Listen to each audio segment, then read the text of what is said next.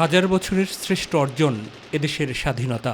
অগণন মানুষের আত্মত্যাগের বিনিময়ে দীর্ঘ ৯ মাসের সশস্ত্র যুদ্ধ শেষে ১৯৭১-এর ১৬ ডিসেম্বর অর্জিত হয় লাল সবুজের পতাকা এবং একটি স্বাধীন ভূখণ্ড, যার নাম বাংলাদেশ। বিজয়ের ৫৪ বছর উপলক্ষে রাষ্ট্রীয় গণমাধ্যমে জাতির উদ্দেশ্যে ভাষণ দেন প্রধান উপদেষ্টা। গভীর শ্রদ্ধাভরে স্মরণ করেন আত্মত্যাগকারী বীর যোদ্ধা ও শহীদদের। গভীর শ্রদ্ধার সঙ্গে স্মরণ করছি মহান মুক্তিযুদ্ধ সহ স্বাধীনতার জন্য যুগ যুগ ধরে লড়াই সংগ্রামে যারা আত্মত্যাগ করেছেন সেই সব বীর যোদ্ধা ও শহীদদের। স্বাধীনতার যে নতুন সূর্য উদিত হয়েছিল ৭১-এ, বিগত বছরগুলোতে তা স্বৈরাচার ও ফ্যাসিবাদে ম্লান হয়েছে বলেও মন্তব্য করেন সরকার প্রধান। জুলাই গণঅভ্যুত্থানের মধ্য দিয়ে আমরা আবারও একটি বৈষম্যহীন, দুর্নীতিমুক্ত, স্বাধীন ও সার্বভৌম গণতান্ত্রিক রাষ্ট্র ব্যবস্থা প্রতিষ্ঠার সুযোগ পেয়েছি। আনন্দের এই দিনে তিনি ব্যথিত হৃদয়ে স্মরণ করেন জুলাই অভ্যুত্থানের সম্মুখ যোদ্ধা ইনকলাব মঞ্চের মুখপাত্র শরীফ ওসমান হাদিকে এবং নিন্দা জানান তার উপর ন্যাক্কারজনক এই হামলাকে। শরীফ ওসমান হাদির উপর সম্প্রতি যে হামলার ঘটনা ঘটেছে তা শুধু একজন ব্যক্তির উপর আঘাত নয়, এটি বাংলাদেশের অস্তিত্বের উপর আঘাত, আমাদের গণতান্ত্রিক পথ চলার উপরে আঘাত। যারা এই ষড়যন্ত্রে জড়িত তারা যেখানেই থাকুক না কেন তাদের কাউকে ছাড় দেওয়া হবে না।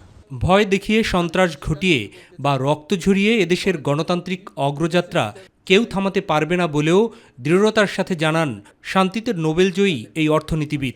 আমরা অবশ্যই ঐক্যবদ্ধ হয়ে তাদের মোকাবেলা করব, তাদের ফাঁদে পা দেব না। পরাজিত ফ্যাসিস্ট শক্তি এদেশের পবিত্র মাটিতে আর কোনো দিন ফিরে আসবে না। দায়িত্ব গ্রহণের পর অন্তর্বর্তী সরকারের সর্বাধিক গুরুত্ব দেয়া বিষয়গুলো তুলে ধরেন তিনি।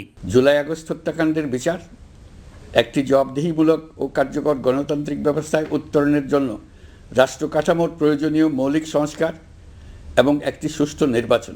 এবারের নির্বাচন ও গণভোট বাংলাদেশের ভবিষ্যৎ রূপরেখা নির্ধারণের এক ঐতিহাসিক মুহূর্ত উল্লেখ করে তা সুষ্ঠুভাবে সম্পন্ন করতে পদক্ষেপ নেওয়ার কথাও জানান প্রধান উপদেষ্টা।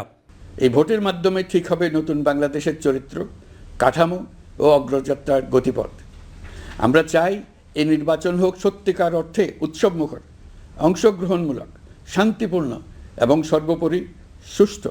ভোটে বাধা প্রদানকারীদের দেশের শত্রু মন্তব্য করে কেউ বাধা সৃষ্টি করলে তাকে সুশৃঙ্খলভাবে প্রতিহত করারও আহ্বান জানান অন্তর্বর্তী সরকারের প্রধান। কেউ বাধা সৃষ্টি করলে তাকে সুশৃঙ্খলভাবে প্রতিহত করুন, আইনশৃঙ্খলা বাহিনীর সহযোগিতা নিন। বেগম খালেদা জিয়া বাংলাদেশের ইতিহাসের একটি গুরুত্বপূর্ণ অধ্যায়ের অবিচ্ছেদ্য অংশ মন্তব্য করে তার চিকিৎসায় সব ধরনের সহযোগিতার কথাও জানান ডক্টর মোহাম্মদ ইউনূস। সরকারের পক্ষ থেকে তার চিকিৎসা নিশ্চিত করতে পরিবারের ইচ্ছাকে সম্মান দেখিয়ে প্রয়োজনীয় সব ধরনের সহযোগিতা দেওয়া হচ্ছে। মাহবুব সৈকত, মাই টিভি, ঢাকা। বিদেশে উন্নত চিকিৎসার ব্যবস্থা